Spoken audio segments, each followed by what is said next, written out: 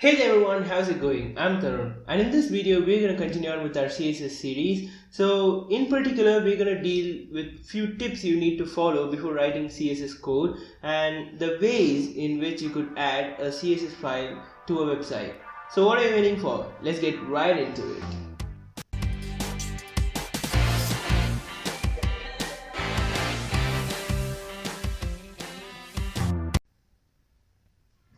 So to begin with, let's just quickly create a new HTML file. Let's call it index2.html. And now let's just quickly start our Atom Live server.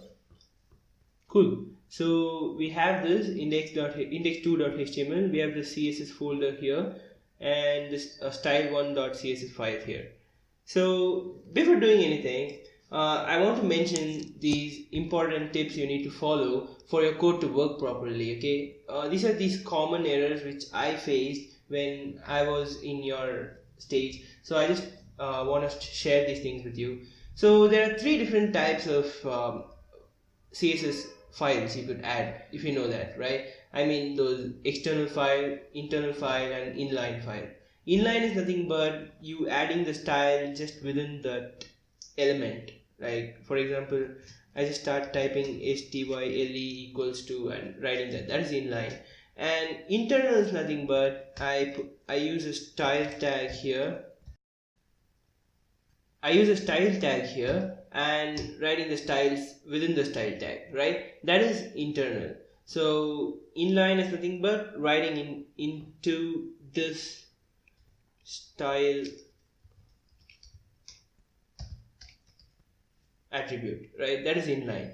So external is nothing but what we did in the previous tutorial, that is writing in another external file and linking it, right? Linking, we didn't do it, but we'll be doing it because we didn't require that style1.css. So that is about this. So the next thing I would like to tell is, for example, let's consider that we are styling P and we want to write the font size, right?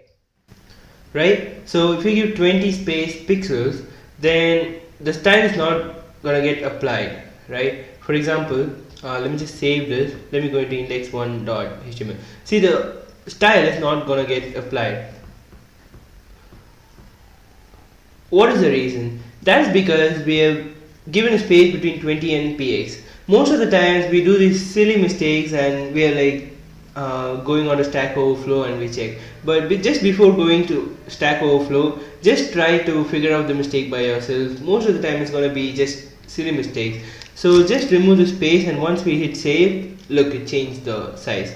If you're not able to recognize it, let me just make 30 pixels.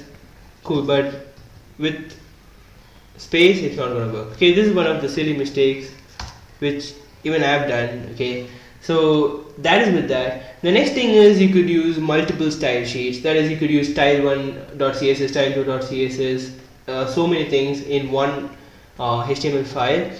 The use of it is, like, in one of the style sheet you could style the navbar, one of the style sheet you could style something else, like that. And one thing you have to remember is the order in which you link the style sheets.